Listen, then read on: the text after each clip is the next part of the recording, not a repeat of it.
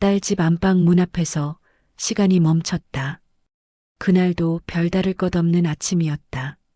아니, 별다를 게 없다고 믿고 싶었던 아침이었다. 할아버지는 딸의 집 거실 한가운데에 조용히 서 있었다. 아파트 특유의 차가운 공기, 아직 햇살이 제대로 들지 않은 회색빛 바닥, 벽식의 초침 소리만 또각또각 울리고 있었다. 딸은 출근을 했고 사위는 안방에 있었다. 할아버지는 며칠째 딸의 집에 머물고 있었다. 허리가 아파 병원에 다니느라 며칠만 있다 가세요. 그 말 하나에 가방 하나 들고 들어온 집이었다. 하지만 며칠이 지나도 이 집은 조금도 편해지지 않았다. 사위의 말투, 사위의 눈빛, 사위가 내는 한숨 하나까지도 할아버지에게는 날카로운 가시처럼 느껴졌다. 그날 아침 할아버지는 딸의 부탁을 하나 떠올렸다. 아버지, 안방에 있는 서류 봉투 좀 꺼내주세요. 아무 생각 없이 그 말만 떠올린 채 할아버지는 안방 문 앞으로 걸어갔다. 손이 문 손잡이에 닿았다. 그 순간에도 설마 그 안에 그런 장면이 있을 거라고는 상상조차 하지 못했다. 문은 잠겨 있지 않았다. 아주 천천히 열렸다. 그리고 그 순간 할아버지의 시간은 그 자리에서 멈춰버렸다. 안방 안 흐트러진 이불, 바닥에 흩어진 서류들, 그리고 눈에 들어온 건 사위의 손이었다. 그 손 아래에 놓인 것, 아니, 놓여 있었다기보다 숨기려다 실패한 것 같은 작은 봉투, 하얀 가루, 정체를 알 수 없는 알약들. 할아버지는 한 발짝도 움직이지 못한 채 문턱에 그대로 굳어버렸다. 심장이 쿵 하고 내려앉았다. 이게 뭐야? 입술이 떨렸다. 숨이 막혀왔다. 수십 년을 살면서 별의별 일을 다 겪었지만 이런 장면은 처음이었다. 사위는 등을 돌리고 있었다. 할아버지가 문 앞에 서 있다는 사실을 알지 못했다. 그 짧은 몇 초가 할아버지에게는 몇 시간처럼 길게 느껴졌다. 머릿속이 하얘졌다. 딸의 얼굴이 스쳤고 어릴 적 딸의 손을 잡고 시장에 가던 기억이 겹쳐졌다. 이 집에서 내 딸이 살고 있다고? 할아버지는 아무 소리도 내지 않았다. 문 손잡이를 잡은 손이 미세하게 떨렸다. 손바닥엔 식은땀이 흥건했다. 그리고 아주 조심스럽게 문을 닫았다. 찰칵. 그 소리는 너무도 작았지만 할아버지의 가슴 속에서는 천둥처럼 울렸다. 거실로 돌아와 소파에 앉았지만 다리는 말을 듣지 않았다. 심장은 여전히 미친 듯이 뛰고 있었다. 모른 척해야 하나? 아니다. 이걸 보고도 아무 일 없는 척 넘길 수는 없다. 그 순간 할아버지는 깨달았다. 이 문제는 가족 싸움으로 끝날 일이 아니라는 걸. 그리고 이 선택 하나가 딸의 인생을 완전히 바꿀 수도 있다는 걸. 그날 이후 할아버지는 한마디도 쉽게 하지 않았다. 말 대신 조용히 증거를 모으기 시작했다. 그 누구도 눈치채지 못하게. 그리고 사위는 아직 몰랐다. 자신의 인생이 이미 조용히 무너지고 있다는 사실을. 아무 말도 하지 않는 시간이 가장 길었다. 그날 이후 할아버지는 평소보다 더 조용해졌다. 아침이 와도 먼저 말을 꺼내지 않았고 사위가 거실로 나와도 눈을 마주치지 않았다. 마치 아무것도 보지 못한 사람처럼. 하지만 할아버지의 속에서는 하루에도 수십 번씩 같은 장면이 반복됐다. 안방 문이 열리던 순간 그 손, 그 봉투, 그 냄새까지도. 눈을 감으면 그 장면이 다시 살아났다. 저걸 내 딸이 알까? 그 생각이 가슴을 가장 세게 찔렀다. 딸은 여전히 아침마다 분주히 출근했고 저녁이면 피곤한 얼굴로 돌아왔다. 아버지, 괜찮으세요? 허리는 좀 나아지셨어요? 딸의 그 한마디 한마디가 할아버지의 마음을 더 무겁게 만들었다. 말할 수 없었다. 지금은 확신이 없었기 때문이다. 혹시 자신의 오해는 아닐지, 혹시 잠깐 잘못 본 건 아닐지. 노인은 서두르지 않기로 했다. 그는 평생을 급하게 살아 후회한 날들이 더 많았던 사람이었다. 이번만큼은 천천히, 아주 천천히 가기로 했다. 사위는 점점 더 불안해 보였다. 괜히 물컵을 3개 내려놓고 휴대폰을 손에서 놓지 않았다. 밤이 되면 화장실에 오래 들어갔고 문을 잠그는 일이 잦아졌다. 그럴 때마다 할아버지는 아무렇지 않은 척 TV를 보고 있었다. 뉴스 소리만 조용히 흘러나왔다. 마약 관련 범죄에 대한 수사 강화 방침을 그 뉴스 멘트에 사위의 어깨가 순간 움찔하는 걸 할아버지는 놓치지 않았다. 그날 밤 할아버지는 거실 소파에서 잠을 이루지 못했다. 천장을 보며 긴 시간을 버텼다. 증거가 필요하다. 그건 딸을 지키기 위한 최소한의 준비였다. 며칠 뒤 딸이 야근을 하던 날이었다. 집에는 사위와 할아버지 둘뿐이었다. 사위는 급한 전화가 왔다며 외출을 했다. 현관문이 닫히는 소리, 그리고 집안은 숨막힐 듯 고요해졌다. 할아버지는 한참 동안 가만히 앉아 있었다. 서두르지 않았다. 평생 그랬듯 10분, 20분, 그리고 조심스럽게 안방으로 향했다. 이번에는 문을 열기 전 깊게 숨을 들이마셨다. 문을 열자 낯익은 냄새가 코끝을 스쳤다.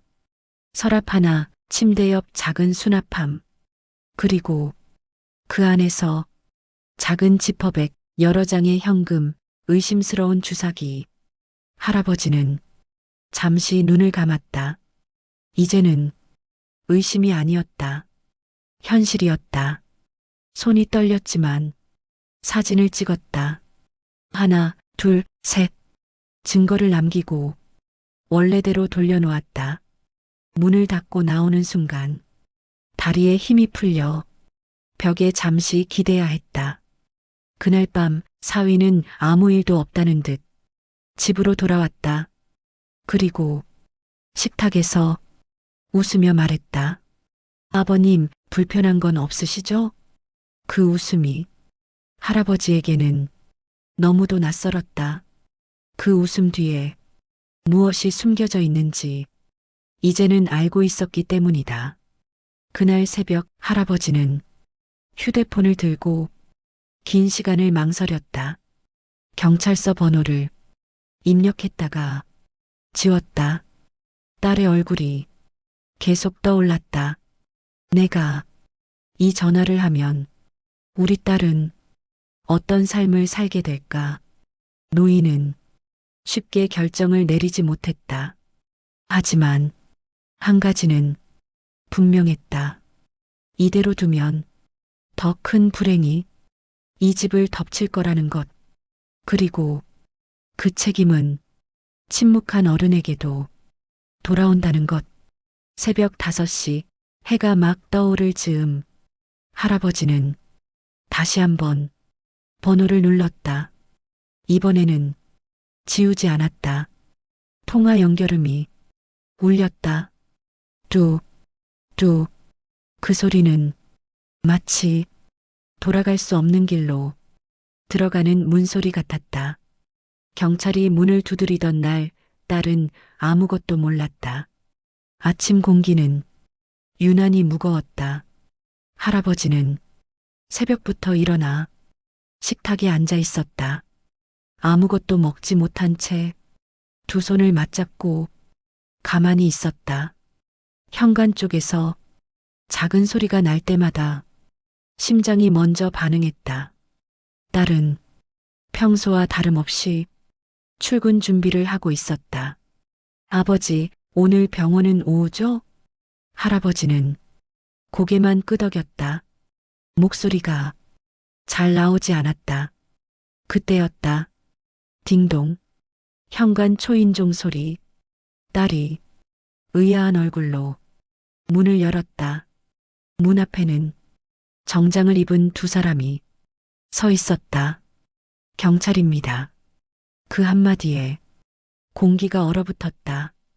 딸의 얼굴에서 순간적으로 피가 빠져나갔다. 무슨 일이세요? 경찰은 차분한 목소리로 말을 이었다.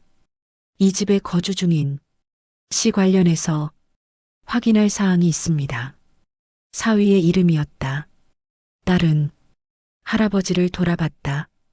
그 눈빛에는 이게 무슨 일이냐는 질문이 담겨 있었다. 하지만 할아버지는 아직 아무 말도 하지 않았다. 사위는 잠옷 차림으로 안방에서 나왔다. 눈이 순간 흔들렸다. 그는 경찰의 얼굴을 보는 순간 모든 걸 알아챘다. 무슨 일입니까? 목소리는 괜히 더 크게 나왔다. 경찰은 영장을 꺼냈다. 그 종이를 보는 순간 사위의 손이 미세하게 떨렸다. 집안을 수색하는 동안 아무도 말을 하지 않았다. 서랍이 열리고 가방이 뒤집히고 침대 밑까지 확인됐다. 그리고 경찰이 작은 지퍼백을 꺼내 들었다. 이건 뭐죠? 사위는 아무 대답도 하지 못했다. 딸의 눈이 그 물건에 고정됐다. 이해하지 못한 채 그저 멍하니 서 있었다. 이게 뭐예요? 그 질문은 사위가 아니라 할아버지를 향해 있었다. 그제야 할아버지는 입을 열었다. 딸아. 그 한 단어에 딸의 눈이 커졌다. 아버지가 며칠 전에 봤다. 딸은 고개를 저었다. 뭘 봤다는 거예요? 할아버지는 숨을 고르고 천천히 말했다. 안방 문을 열었는데 그 안에서 이런 걸 봤다. 딸의 다리가 휘청였다. 소파에 주저앉듯 앉았다. 왜 지금 말해요? 목소리가 갈라졌다. 왜 그때 말 안 했어요? 그 말에 할아버지는 고개를 떨궜다. 확신이 없었다. 그리고 잠시 침묵. 내가 무너질까봐 무서웠다. 딸은 얼굴을 감싸쥐었다. 그동안 이 집에서 느꼈던 모든 불편함, 모든 싸늘한 말들, 모든 이상한 행동들이 한꺼번에 머릿속에서 맞물렸다. 사위는 그 자리에서 체포됐다. 수갑이 찰칵 소리를 내며 채워졌다. 그 소리는 이 집의 마지막 평온을 완전히 끊어버리는 소리였다. 사위는 딸을 보지 않았다. 대신 할아버지를 한번 쏘아보았다. 그 눈빛에는 분노와 원망이 섞여 있었다. 하지만 할아버지는 피하지 않았다. 똑바로 마주봤다. 이건 내 딸을 지키는 일이다. 그 말은 누구에게 하는 말인지 알 수 없었지만 분명했다. 사위는 그대로 경찰과 함께 집을 나갔다. 현관문이 닫히는 순간 딸은 참고 있던 울음을 터뜨렸다. 소리를 내서 울었다. 아이처럼. 할아버지는 아무 말도 하지 않고 딸의 옆에 조용히 앉아 있었다. 어깨를 내어준 채로. 그날 이후 딸의 집은 완전히 달라졌다. 하지만 이야기는 여기서 끝이 아니었다. 교도소에 간 사위, 그 이후에 드러나는 더 큰 진실들, 그리고 딸이 아버지에게 묻게 되는 또 하나의 질문. 아버지, 그날 문을 닫지 않았다면 어땠을까요? 할아버지는 그 질문 앞에서 오래 침묵하게 된다. 교도소에서 걸려온 전화, 그리고 흔들리는 마음. 사위가 끌려간 뒤 집은 이상하리만큼 조용해졌다. 너무 조용해서 벽식의 초침 소리조차 귀에 박혔다. 딸은 며칠 동안 거의 말을 하지 않았다. 아침에 눈을 떠도 소파에 앉아 있었고, 밤이 되어도 같은 자리에 앉아 있었다. TV는 켜져 있었지만 보는 사람은 없었다. 할아버지는 딸의 곁을 지켰다. 말을 걸지 않았다. 위로도 하지 않았다. 그저 같은 공간에 같은 숨으로 머물렀다. 노인은 알고 있었다. 이럴 때 가장 필요한 건 말이 아니라 곁이라는 걸.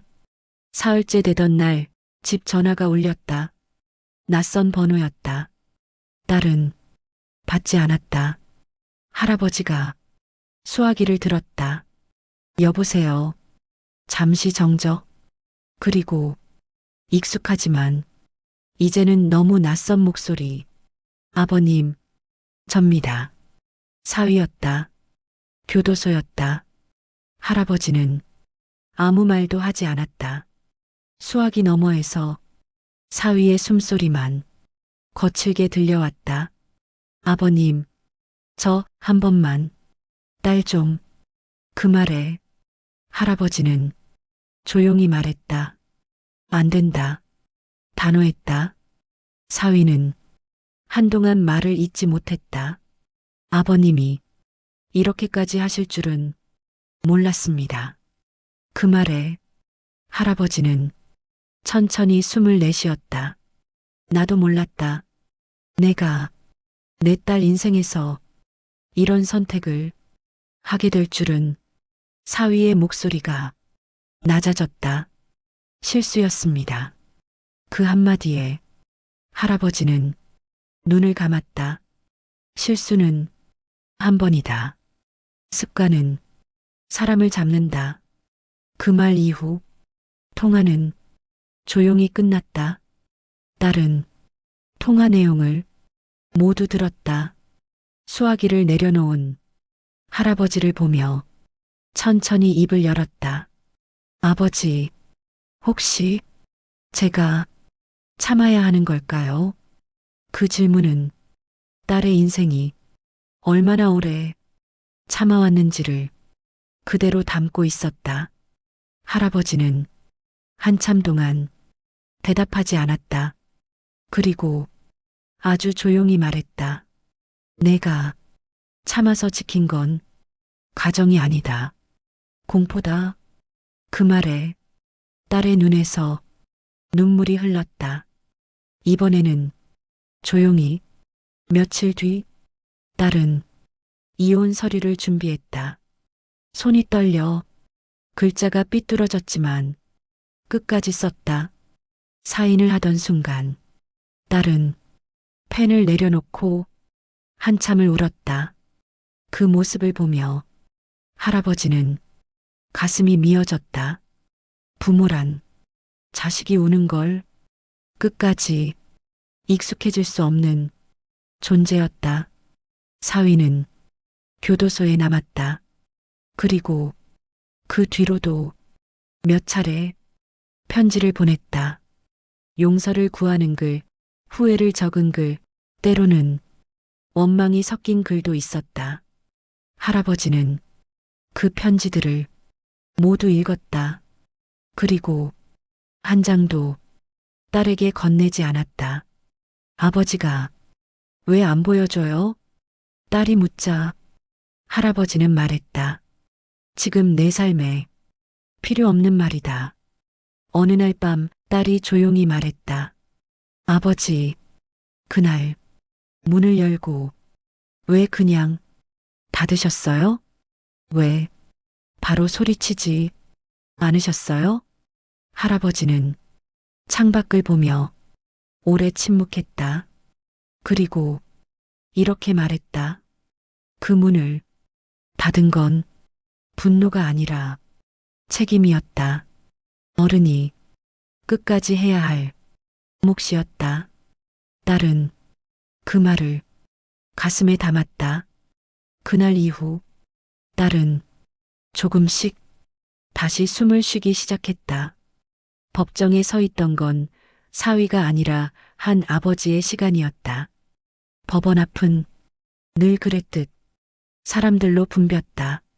누군가는 억울함을 안고, 누군가는 분노를 품고, 또 누군가는 아무 감정도 없는 얼굴로 그곳을 드나들었다. 딸은 법원 건물 앞에서 한참을 서 있었다. 발걸음이 쉽게 떨어지지 않았다.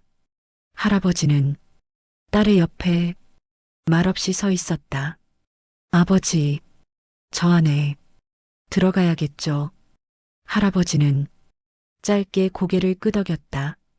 도망치지 않는 게 끝내는 너를 살린다. 법정 안은 차가웠다. 의자도 공기도 사람들의 눈빛도 사위는 피고석에 앉아 있었다. 수의를 입은 모습은 처음 보는 얼굴 같았다. 한때는 딸의 남편이었고 이 집의 가장이었던 사람이 지금은 번호로 불리고 있었다. 사위는 고개를 들었다가 할아버지를 보았다. 눈이 잠시 마주쳤다. 그 짧은 순간 수많은 감정이 스쳐 지나갔다. 원망, 후회, 그리고 끝내 말하지 못한 무언의 질문. 왜 하필 당신이었습니까? 할아버지는 그 시선을 피하지 않았다. 증인석에 할아버지의 이름이 불렸다. 노인은 천천히 일어섰다. 허리는 굽었지만 걸음은 흔들리지 않았다. 증인 선서 위증을 하면 처벌을 받는다는 것을 알고 있습니까? 안다. 그 한 단어에 법정이 잠시 조용해졌다. 검사의 질문이 이어졌다. 피고의, 불법 행위를 처음 목격한 시점이 언제입니까? 할아버지는 잠시 숨을 고르고 말했다. 딸의 집 안방문을 열었던 날입니다. 그때 왜 바로 신고하지 않으셨습니까? 그 질문에 딸의 어깨가 움찔했다. 법정의 시선이 모두 할아버지에게로 쏠렸다. 노인은 고개를 들고 천천히 말했다. 확신이 없었습니다. 그리고 잠시 멈췄다. 그보다 더 큰 이유는 그 아이가 내 딸이었기 때문입니다. 법정 안에 작은 웅성임이 흘렀다. 부모는 자식의 인생을 망가뜨릴 수도 있고 지킬 수도 있습니다. 나는 망가뜨리지 않기 위해 조금 늦었습니다. 그 말은 변명이 아니었다. 고백이었다. 변호사의 질문이 이어졌다. 그 늦음으로 인해 더 큰 피해가 발생했을 가능성은 없다고 생각하십니까? 할아버지는 고개를 끄덕였다. 있습니다. 그래서 증거를 모았습니다. 그래서 확실해졌을 때 신고했습니다. 어른이란 두려워도 끝까지 책임지는 사람입니다. 그 말에 딸의 눈에서 눈물이 흘렀다. 조용히 소리 없이 재판이 끝나고 판결이 내려졌다. 실형. 사위는 고개를 숙였다. 아무 말도 하지 않았다. 그날 사위는 다시 교도소로 돌아갔다. 이번에는 돌아올 날짜가 정해진 채로 법원을 나서며 딸은 말했다. 아버지, 아버지는 그날 문을 닫지 않았다면 어떻게 하셨어요? 할아버지는 잠시 생각했다. 그리고 조용히 말했다. 문을 닫았기 때문에 끝까지 열 수 있었다. 성급함은 문을 부수지만 침착함은 출구를 만든다. 딸은 그 말을 오래 곱씹었다. 집으로 돌아오는 길 노을이 지고 있었다. 딸은 아버지의 손을 잡았다. 어릴 적처럼 아버지, 고맙습니다. 할아버지는 아무 말도 하지 않았다. 그저 손을 조금 더 꼭 잡았다. 모든 일이 끝난 뒤에도 삶은 계속되고 있었다. 사건이 마무리된 뒤 시간은 생각보다 빠르게 흘렀다. 뉴스도 사람들의 말도 며칠 지나자 다른 이야기로 옮겨갔다. 하지만 딸의 하루는 그 전과 완전히 달라져 있었다. 아침에 눈을 떠도 집은 조용했고 식탁에는 두 사람 몫의 밥만 놓였다. 사위의 자리는 자연스럽게 비어 있었다. 처음엔 그 빈자리가 너무 커서 딸은 그 앞에 앉는 것조차 버거웠다. 하지만 사람은 적응하는 존재였다. 아프게, 느리게, 그래도 적응해 갔다. 딸은 직장에 다시 집중했고, 퇴근 후에는 운동을 시작했다. 처음에는 집에 늦게 들어오는 게 무서웠다.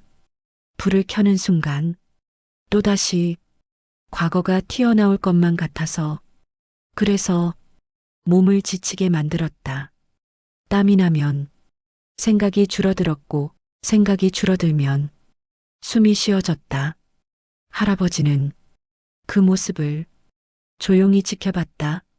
말은 하지 않았지만 딸이 다시 자기 삶을 붙잡고 있다는 걸 느낄 수 있었다.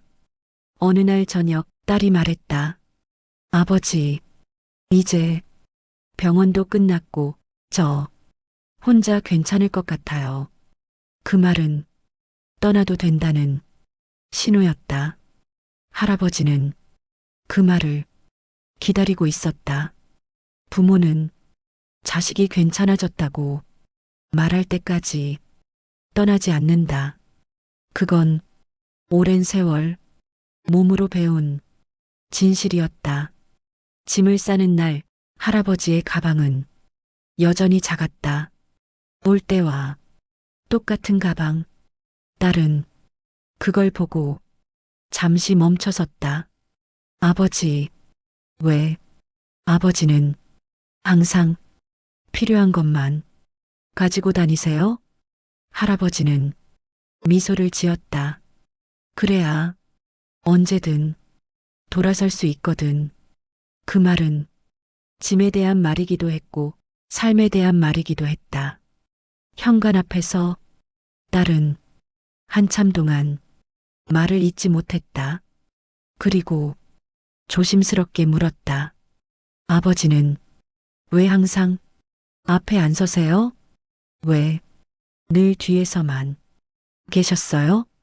그 질문은 이제야 꺼낼 수 있었던 딸의 고백이었다. 할아버지는 문 손잡이에 손을 얹은 채 잠시 생각했다. 그리고 말했다. 앞에 서면 아이들은 부딪힌다. 뒤에 있으면 넘어질 때 받아줄 수 있다. 딸의 눈이 붉어졌다. 문이 닫히고 딸은 현관에 한참 서 있었다. 하지만 이번에는 울지 않았다. 대신 천천히 숨을 쉬었다.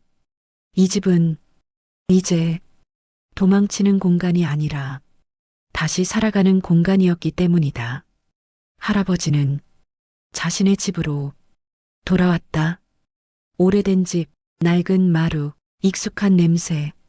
그날 밤 할아버지는 혼자 밥을 먹었다. 반찬은 간단했고 국은 조금 싱거웠다. 하지만 이상하게도 마음은 편안했다. 잠자리에 들기 전 할아버지는 안방 문 앞에 잠시 멈춰섰다. 딸의 집에서 그 문을 열던 날이 문득 떠올랐다. 그날 문을 닫았기 때문에 여기까지 올 수 있었다. 문을 닫는다는 건 끝이 아니라 선택이었다. 지켜야 할 것을 정하는 일. 할아버지는 불을 끄며 혼잣말처럼 말했다. 이제는 괜찮다. 그 말은 딸에게도 자기 자신에게도 하는 말이었다.